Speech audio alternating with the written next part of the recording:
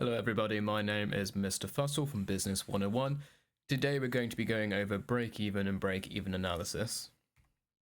So what is break-even? Well, break-even is the point at which revenue and total costs are the same, meaning the business is making neither a profit nor a loss, hence they are breaking even. The break-even level of output informs a business of the amount of products they need to sell in order to reach the break-even point, also known as the BEP. This information can be displayed on a chart called a break-even graph. Break-even analysis is an extremely useful tool for a business and has some significant advantages. It shows how many products they need to sell to ensure a profit. It shows whether a product is worth selling or if it's too risky. It shows the amount of revenue the business will make at each level of output. It shows whether costs need to be reduced to lower the BEP. It can be used to persuade investors or banks to finance a business, and it is really quick and easy to analyze.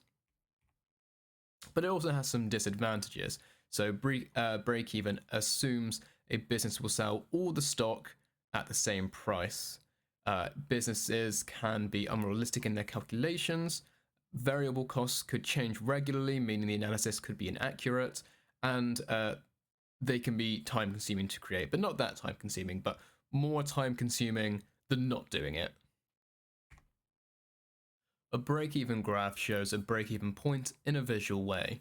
A break-even graph displays the revenue, costs, number of products sold, and the break-even point. The BEP is always displayed as the point at which the revenue and total cost lines cross. So how do we interpret a break-even graph? Well, we just went over it a little bit. So loss is represented as anything below the break-even point. This is demonstrated by the space in between the revenue and the total costs lines. Profit is represented as anything above the break-even point.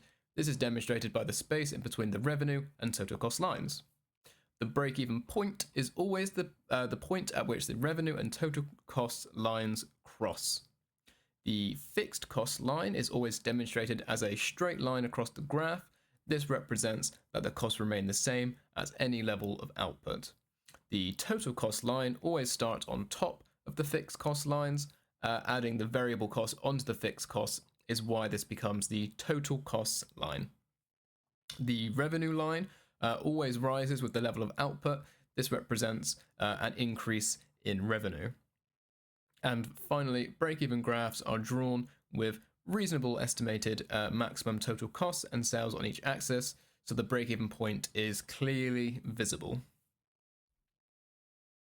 This brings us to margin of safety. So the margin of safety is the amount sales can fall before the break-even point is reached and the business makes no profit.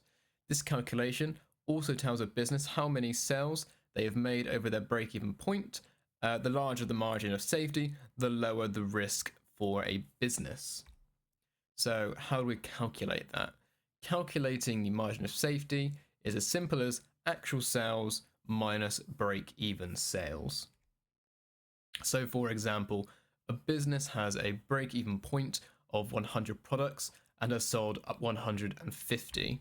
So the margin of safety would be 150 minus 100, giving us a margin of safety of 50. So this means that the business is making profit on 50 of its items sold, and its sales could fall by 50 items before the break-even point is reached. And of course, 51 items less would then be a loss, and any more than that would continue to be losses at a more significant margin. A company can use its margin of safety to see if a product is worth selling or not.